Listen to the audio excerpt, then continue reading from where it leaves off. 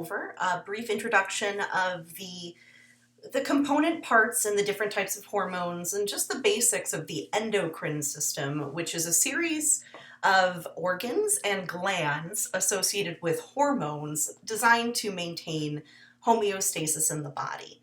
This is an interesting part of physiology. I always love talking about the endocrine system, so hopefully you enjoy learning some about it. Your learning objectives for this introductory piece are going to involve excuse me, we'll talk about a negative feedback loop and we'll contrast that with a positive feedback loop. Generally, you can think of the endocrine system as running in a general negative feedback loop way, which essentially just means that there is a shutoff to it.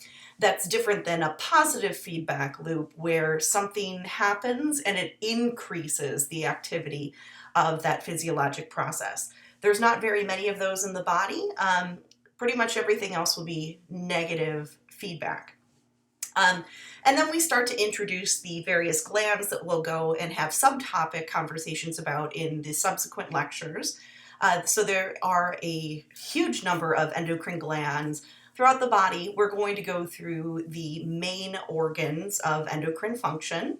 And one of the basic tenets to understand the function of these hormones is to know how hormones physically bind to receptors on or in cells and have some sort of increasing effect on an adjacent tissue or organ. I'm going to stop after that in this lecture and then do a separate recorded lecture with the hypothalamic pituitary system and describe the interaction of those two pieces on the remaining pieces of the endocrine system. So that being said, this is the introductory portion. Just starting to introduce endocrinology in the very basics with the organs and glands that are associated with it. So here on slide 4, we see in males and females the dominant endocrine glands, and we'll essentially go through this level starting at the head and moving down towards the feet anatomically as we learn about them. So we have the hypothalamus, which literally means below the thalamus, and this is the homeostatic kind of set point controller. This is the area of the body that's most important for setting things like typical temperature, caloric expenditure, all of the basics. Homeostatic processes are set by the hypothalamus. And then the hypothalamus has a connection to the pituitary gland, which we'll see is called the hypophysis. So we'll get into that in a little bit. Then moving down to the thyroid gland, this nice butterfly-shaped gland in the anterior neck. And embedded within the thyroid gland are 4 parathyroid glands. Para means like adjacent or next to. So parathyroid glands, even though they're embedded inside the thyroid, they're not technically part of the thyroid. And if you remember some histology, you'll know that they do stain differently because they're different types of tissues. The suprarenal glands are the adrenal glands. There are 2 adrenal glands in the body, one atop each kidney, and then there are technically 2 organs inside each adrenal itself. When you cut them open, there's a cortex, and then there's a medullary or medulla region at the center. And each of those regions, the cortex and the medulla, have different capabilities, so they're technically separate, even though they are part of the same gland.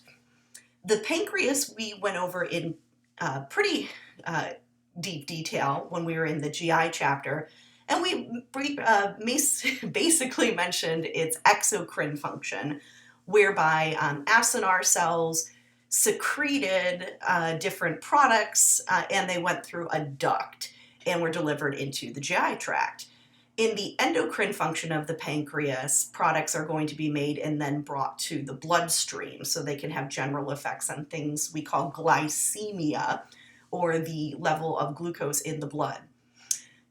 Female endocrinology is going to involve the ovaries, and with the ovaries, not only are they themselves making estrogen, But in the ovulation cascade, there is also progesterone, which is produced from an ovary after an egg has burst through the wall.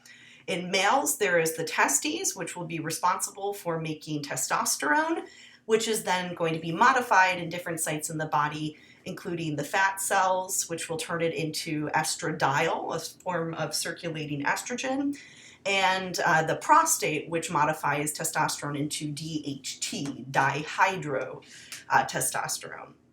So there's a variety of glands, and they all have their own function. Another thing I want you to appreciate, though, is if one of these major glands isn't working appropriately, you'll tend to have very widespread endocrine dysfunction because they do count on one another to control the body in a homeostatic nature. So just the very basics of the endocrine system, there is the component of secretion, so that means into the bloodstream generally. So secretion of hormone into the extracellular fluid, and then diffusion of the hormone into the vasculature. And then once it is in the bloodstream, there will be diffusion of that hormone to whatever the target tissue is. And it will find a binding spot because everything in the body is attracted to one another at the molecular level by shape. So it will be attracted to areas that it has a high affinity for because of conformational similarities. The main functions of the endocrine system are to have trophic effects. So you'll see that word a lot, and that means things related to growth and development. It's also important for the activation of some products like angiotensin 2 and vitamin D are two products that need to be altered at various levels so that they can reach their final composition. And most importantly, it's in bold and caps to maintain homeostasis. These glands become active when there are signals to the body, and they release hormones at the desired level to keep the functioning smooth and maintain homeostasis. And these things generally function, as we said, on a negative feedback loop. And a negative feedback loop is going to include, first of all, there's going to be some sort of control mechanism. So in this picture, we've got our thermostat as the control mechanism. And when you set a thermostat to a specific temperature, it is now the homeostatic set point. So if you'd like it to be 70 degrees in a room, you set the thermostat to 70.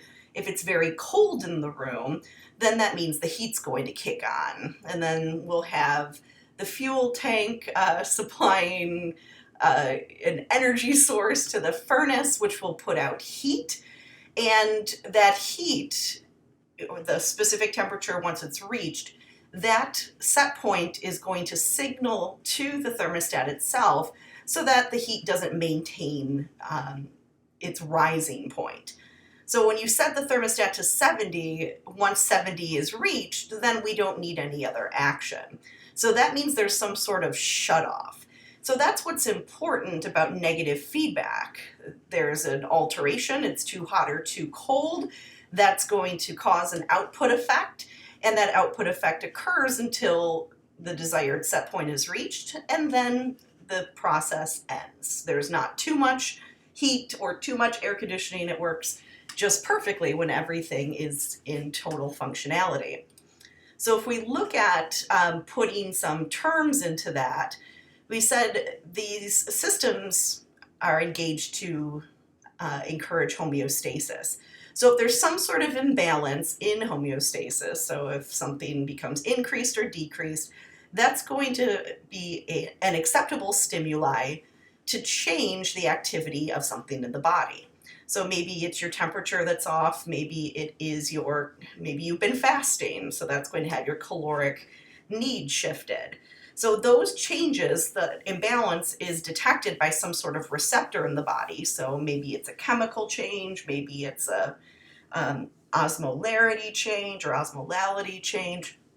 And those receptors, they sense this information, they sense this imbalance, and that is relayed to some sort of control center. In the body, that's going to mainly be the hypothalamus, because the hypothalamus is what is going to set these homeostatic limits. And then the hypothalamus is going to engage in some sort of output. In some cases, it releases hormones to turn on an effector. So the control center causes an effector to become active, and then there's a response until homeostasis is restored. So we have homeostasis, we have a receptor that senses a change, a control center which oversees the basic levels, the basal level of those different homeostatic set points, and then an effector which is going to be whatever change is desired to maintain homeostasis. So things are turned on or off essentially by alterations to the basic baseline state.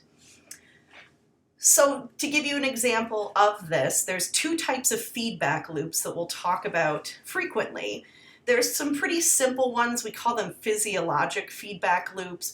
These are the easy ones over here. And the reason I say they're easy is there's not a lot of oversight. In some cases, there's no oversight by the brain, by higher glands. Physiologic feedback loops are very simple, and they are activated when there's an alteration to some sort of physiologic level of something. So one of the most common things we think about with this is blood glucose.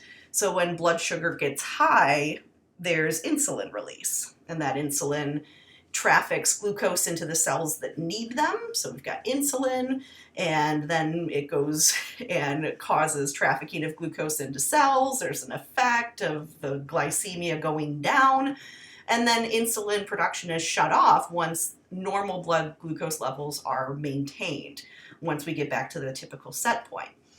So physiologic feedback loops are only going to be instigated when there's some sort of abnormality in the level of what they're around to monitor. So you'll see this with insulin, and the opposite of insulin is glucagon, so high blood sugar, low blood sugar, and then PTH, parathyroid hormone, and calcitonin. Those are two things that are only activated, they're only released when there's an alteration in blood calcium levels. So just the level of something in the blood will trigger the release of those, which is a lot different than these very big axis feedback loops. So we call these endocrine axis feedback loops. There are three technically really big ones. There is, let me get a little text box down here. So we have what's called the HPA axis. So that is the one that people tend to think about with stress. The HPA axis is something that involves the hypothalamus, the pituitary, and the adrenals. That's why it's HPA. There's also the big thyroid axis that we'll talk about, which involves the hypothalamus, the pituitary, and the thyroid. And then finally, we have the HPG axis, which is hypothalamic, pituitary, gonadal. So in this case, we're going to have the release of hormones, but there's many different hormones that are involved in these loops, beginning with the level of the hypothalamus, which has to release something called a releasing hormone to activate the pituitary gland so that the pituitary gland can make a tropic or hormone. As I mentioned before, these are growth type hormones, which means increased growth or activity. So the pituitary gland makes some sort of tropic hormone, and that hormone would go act on the desired endocrine gland so that that gland makes the hormone. And that hormone could go out into the body and bind to its receptors on organs, and then you have a physiologic effect. One thing that we'll mention is there's a negative feedback to this. So over here we said this shuts off once we have homeostasis of whatever the component is restored. Same thing here. So let's say this is the HPG axis, for example. So this could be an example with testosterone. So testosterone levels are off. So the body needs to make more testosterone. So there would be a hypothalamic signal where there's a hormone that's made called GnRH, we'll talk about later, gonadotropin releasing hormone, and GnRH binds to receptors on the pituitary cell, which make LSH or FSH. We'll talk about those things too. And then those specific components then go through the bloodstream, bind to their receptors in the testes, and then the testes will produce testosterone. And that testosterone will be produced until the adequate homeostatic level of testosterone exists in the bloodstream. And the testosterone itself is going to help trigger a shutoff of that. Once testosterone is at its normal homeostatic levels, then those levels will essentially signal the system to turn off for the time being. So when we learn those, you'll see you're going to have to learn hormones at every different step of the way. And I always recommend that people learn the feedback loops, especially for these axes. And once you know them, you can draw them on your exam right away. They're never going to change. They've been pretty stable in science for many, many decades now. So they're a really good thing to memorize. So if you know your negative feedback loops, you're going to be just fine in understanding endocrinology. So the variety of things work in this negative feedback way. In positive feedback, there is some sort of event which increases another event, and then so on and so forth and so on. There are 3 positive feedback systems in the whole body. One of them is not really endocrine in nature, it's the clotting system. And the coagulation cascade occurs when there is bleeding. And once one thing is released, you get the release of many other products and then many other products until finally you have the wound sealed by a clotted plug of coagulated blood and fibrin. So we've got our coagulation or blood clotting, but in the endocrine sense, there's 2 different processes that use the same hormones, and they're going to be delivery of a fetus, like you see here. Once a fetus is delivered, it is now an infant.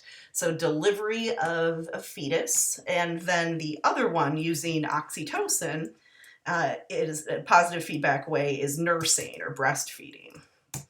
Those are the 2 positive feedback loops that you'll see in endocrinology.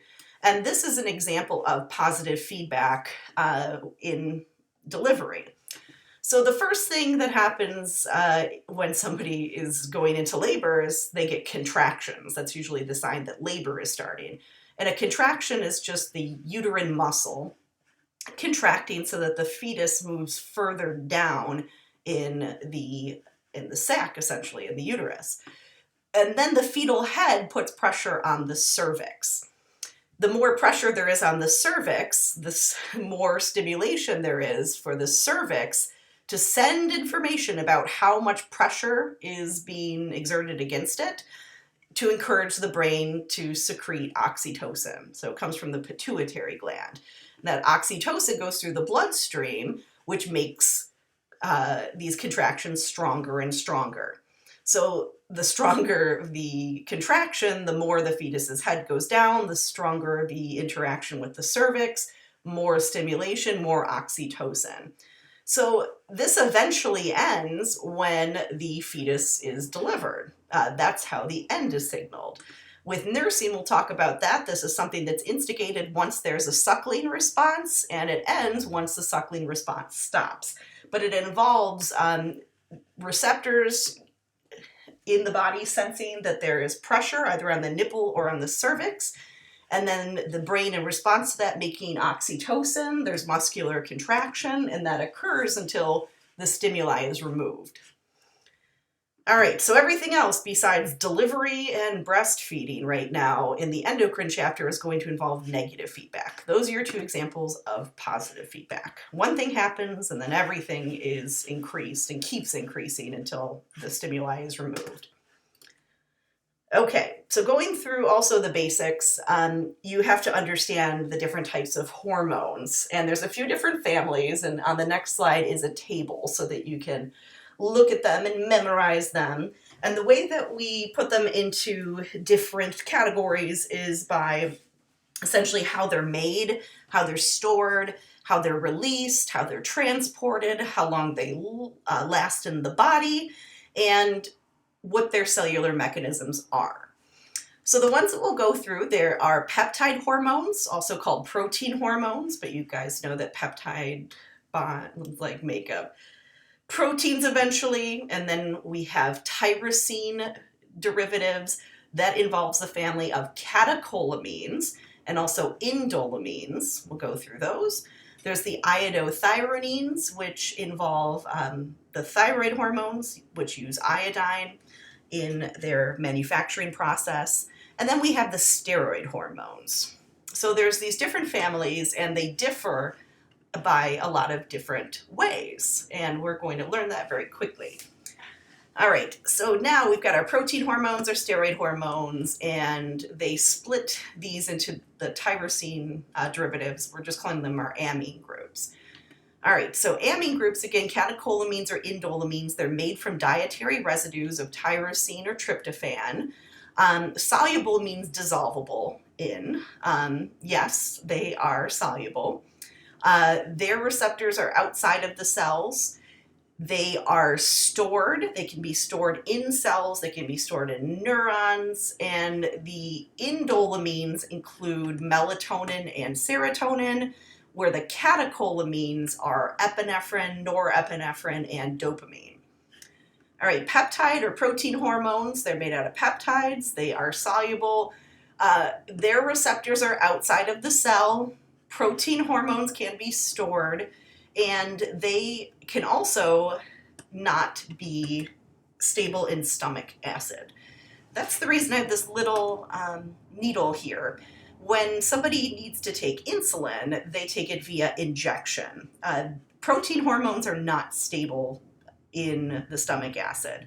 So if you think about drugs that people take by injection rather than a pill, the hormonal type of mechanisms, those are going to be protein hormones. Steroid hormones, they're made from cholesterol, different alterations to cholesterol from the diet or from the cells we have in our body that are 3% cholesterol on their plasma membranes. And because they're very fat soluble, not so much water soluble, they're very fat soluble, meaning they can slip right into a cell membrane. And instead of having receptors on the outside of the cell and the plasma membrane, their receptors are actually inside of the cell. And that means the hormone can bind right in the nuclear area and then have direct effects on transcription and translation. These are made on demand, and they include everything that comes from the adrenals or the gonads. Those are the two places in the body that can utilize cholesterol and release it.